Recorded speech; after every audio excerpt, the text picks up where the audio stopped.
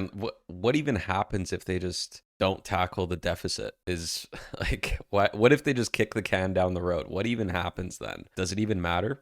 It's a good point because, like, at the end of the day, like running a 6% deficit right now in this specific situation, inflation is at 2, right? And down the given the reason that I believe that. So look, you're at a 6% deficit, but you're at a positive output gap. So basically, the economy is running hotter than its potential.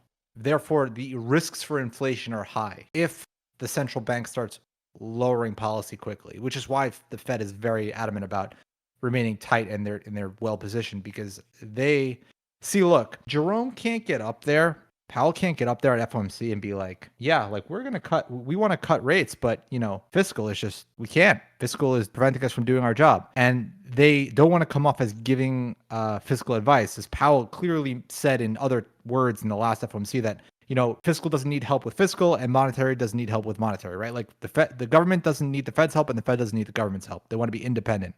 So they really can't come out and start giving advice as to what the government should do in their FOMC statements as to why their policy is where it is. But under the table, behind all the curtains, away from the spotlight, the Fed is having to stay restrictive because of the deficit. Because the deficit is at a level that would typically happen in a recession, right?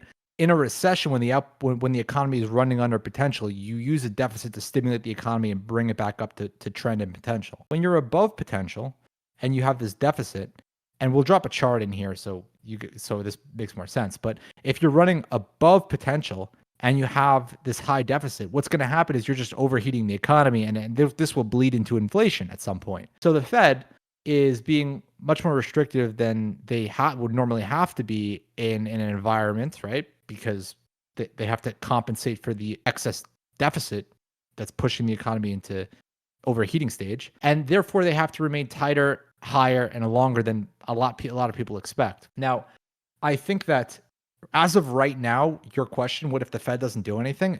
Nothing happens.